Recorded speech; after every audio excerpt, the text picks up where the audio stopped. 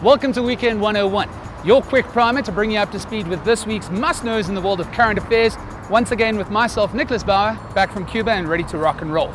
We begin with the economic turmoil South Africa is experiencing at the moment.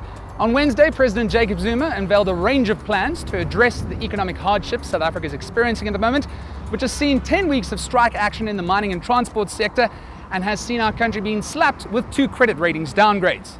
Key to the president's proposals is production in the mining sector being normalized as a matter of urgency, while the plan will work in tandem with a range of other measures that include accelerating economic growth by speeding up infrastructure development, assisting companies and workers that have been affected by the overall global economic downturn, increased job creation through the public sector works program, and controversially calling for a 12-month pay freeze on both public and private sector senior executives and CEOs. Now, while all of this sounds good to the ears, both analysts and opposition parties have decried the plans and labeled them as mere words for their lack of detail.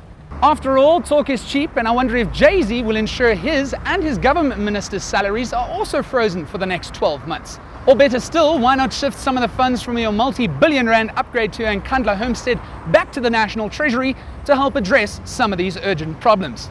In the courtroom, Malema Jub Jub and Tshabalala have been convicted of murder and attempted murder by the Protean North Magistrates Court.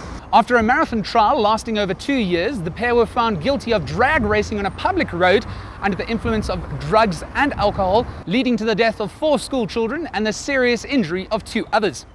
There were fears that the 2 would get off lightly, but the National Prosecuting Authority have received a well-deserved comment for the manner in which they ensured a conviction. The families of those they killed, as well as the South African public at large, deserve nothing less than to see Tshabalala and Jub Jub behind bars for a very long time. Moving overseas, Scotland and England have signed an agreement to hold a referendum in 2014 regarding Scotland's independence from the United Kingdom.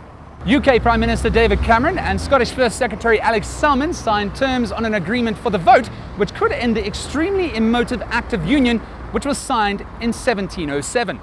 Now, before we all have visions of William Wallace's character from Braveheart being resurrected as Scotland's push for freedom is reignited, Scotland prying itself away from England's bosom mightn't be as simple as voting yay or nay. Scotland's economy is intrinsically linked to the UK, and Scots mightn't have the appetite for a political separation that could lead to some stiff problems in extremely difficult financial times globally.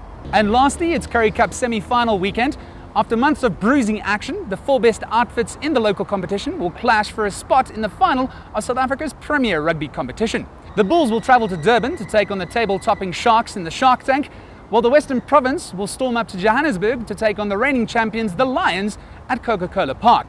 Don't forget to chill your beer and slice your biltong before you settle down for that rugby feast. And that, fine ladies and gentlemen, is your Weekend 101.